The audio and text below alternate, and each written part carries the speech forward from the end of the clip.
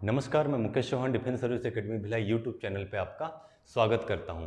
हम compound interest पढ़ रहे थे, कंपाउंड इंटरेस्ट चक्रवृद्धि ब्याज का। आज हम पढ़ने वाले हैं पार्ट 8। इसके पहले हमने पार्ट 7 पढ़ा था।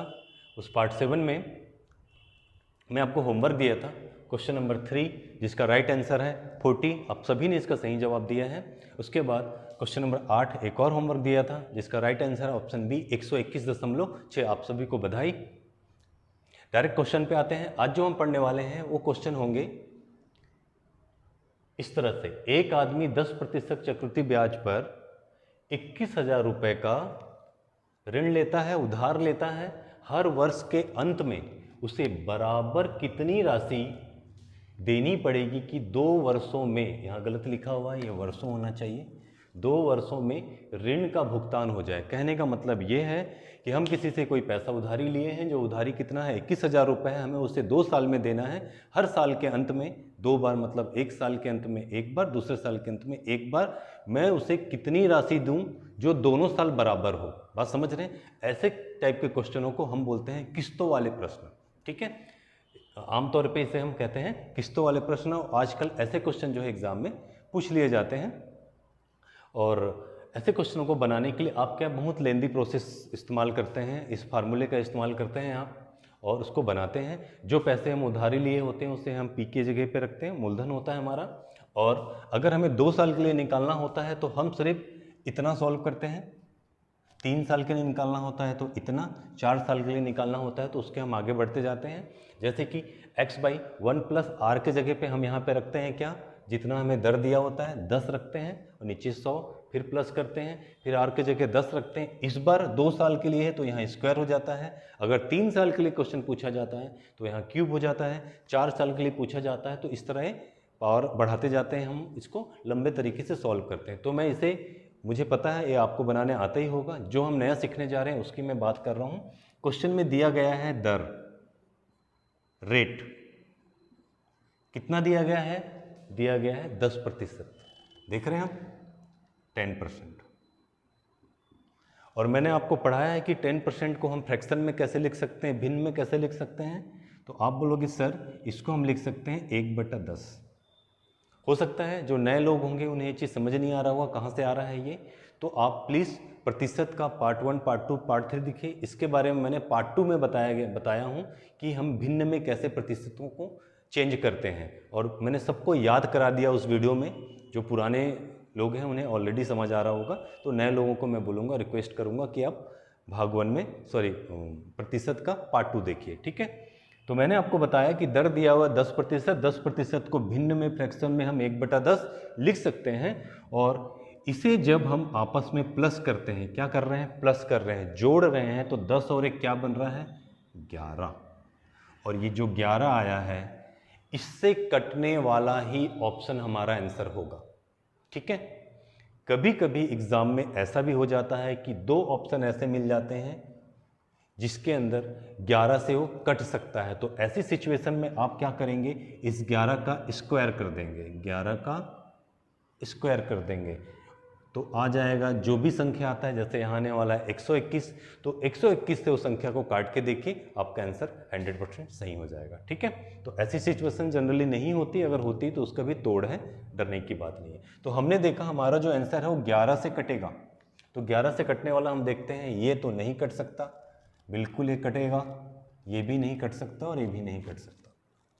ठीक है, आपको पता है कि 11 का स्क्वायर 121 होता है। डायरेक्ट टिक मारो और आंसर बना लो। तो ऐसे चीज़ों को बनाने के लिए 1 सेकंड 2 सेकंड बहुत है।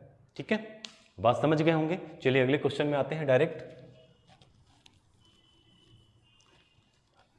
अगला क्वेश्चन जल्दी से बनाइए।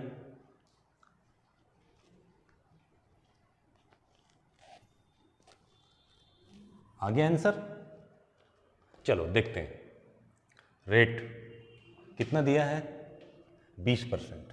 क्वेश्चन पढ़ लेते हैं एक बार, क्या बोल रहा है।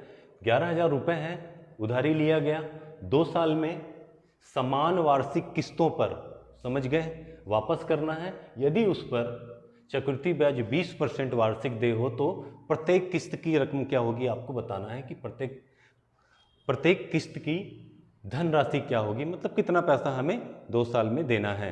एक साल में कितना, दूसरे साल में कितना, और दोनों सेम होना चाहिए। किस्त वाली प्रश्न है, आपने देखा यहाँ पे दिया हुआ है रेट कितना, 20%। तो मुझे बताइए 20% को क्या लिख सकते हैं। तो आप बोलोगे सर 20% होता है 1/5।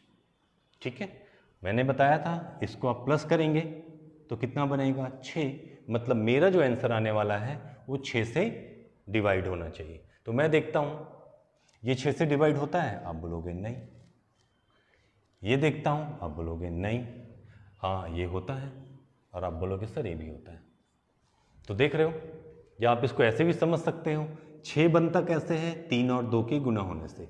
मतलब मेरा आंसर जो होगा 2 से भी डिवाइड होना चाहिए और 3 से भी डिवाइड होना चाहिए। तो ये 2 से डिवाइड हो रहा है, ये भी 2 से डिवाइड हो रहा है।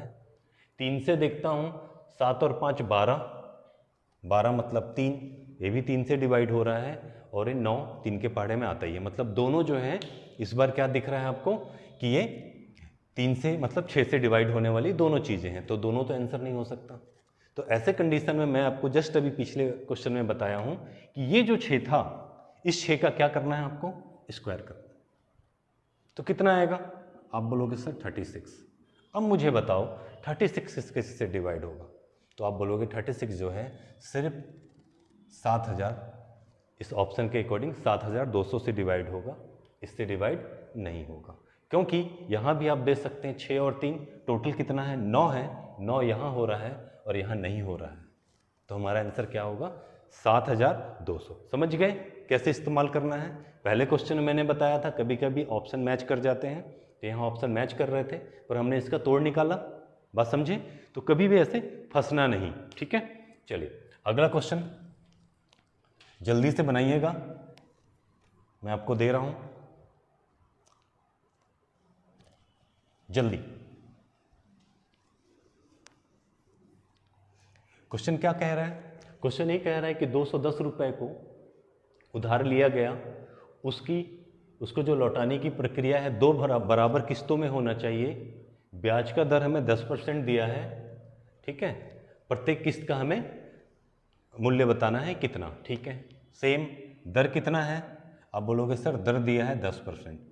फिर से वही बात, 10% को क्या लिख सकते हैं भिन्न में, फ्रैक्शन में, आप बोलोगे सर 1/10 लिख सकते हैं। इसको तो बच्चा भी जोड़ लेगा, कितना आएगा 11, और 11 से कटने वाला चीज़ ही हमारा आंसर होने वाला है। तो ये 11 से नहीं कटता, ये 11 से कटता है, नहीं कटता, नहीं कटता, आंसर तुरंत।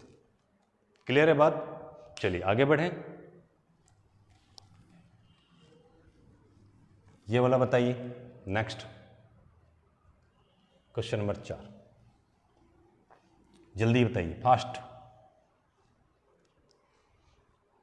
क्वेश्चन कर रहा है एक भवन निर्माता है, भवन बना रहा था, 2550 रुपए को उधार लिया है। ठीक है, 4% इसमें रेट दिया हुआ है, चक्रवृद्धि ब्याज है, दर पर 2 वर्षों होना चाहिए, वर्षी हो गया है यहाँ पे 2 वर्षों के अंतराल में 2 बराबर वार्षिक किस्तों में उसे लौटाना है। तो प्रत्येक किस्त जो है कितना होगा, तो बताइए मुझे इस बार।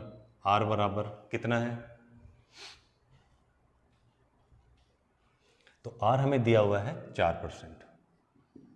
इसको भिन्न में क्या लिख सकते हैं, तो आप बोलोगे सर इसको भिन्न में लिख सकते हैं 1/25। ठीक है, ओके, इनको हम जब जोड़ेंगे तो कितना आएगा 26। इस बार हमारा आंसर जो होने वाला है वो 26 से डिवाइड होना चाहिए। ठीक है, तो 26 से डिवाइड होने वाली कौन सी चीज़ आपको दिख रही है, ये होगा कि नहीं होगा 26 से डिवाइड, ये होगा, ये नहीं होगा, ये नहीं होगा, और ये नहीं होगा। ठीक है, समझ गए क्यों, ये हो जाएगा। देखिए अगर मैं 26 का स्क्वायर देखता हूं तो कितना आएगा, 6 7 6 कि 6 5 6, बताइए कितना होगा, 6 7 6। और जब मैं इसको डबल करता हूं तो कितना हो रहा है, इतना। तो आप ऐसे भी आइडिया लगा सकते थे, यहाँ पे 3 दिख रहा है, 5 दिख रहा है, 7 दिख रहा है, मतलब क्या होने वाला है, यही होने वाला है। ठीक है, तो 26 से डिवाइड होने वाली चीज़ को आप डायरेक्ट भी देख सकते थे। तो ऐसे जो क्वेश्चन होते हैं उसको बहुत सिंपल होता है बनाना, बेवजह से हम टाइम वेस्ट नहीं करेंगे, एग्जाम में टाइम बहुत मायने रखता है।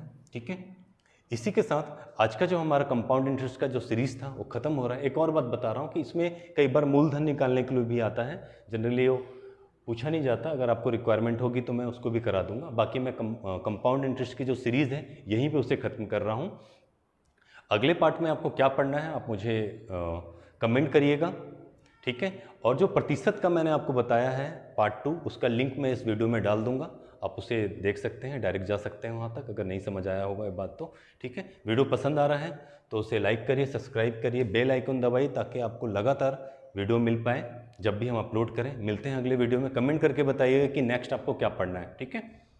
तब तक के लिए जय हिंद, जय भारत।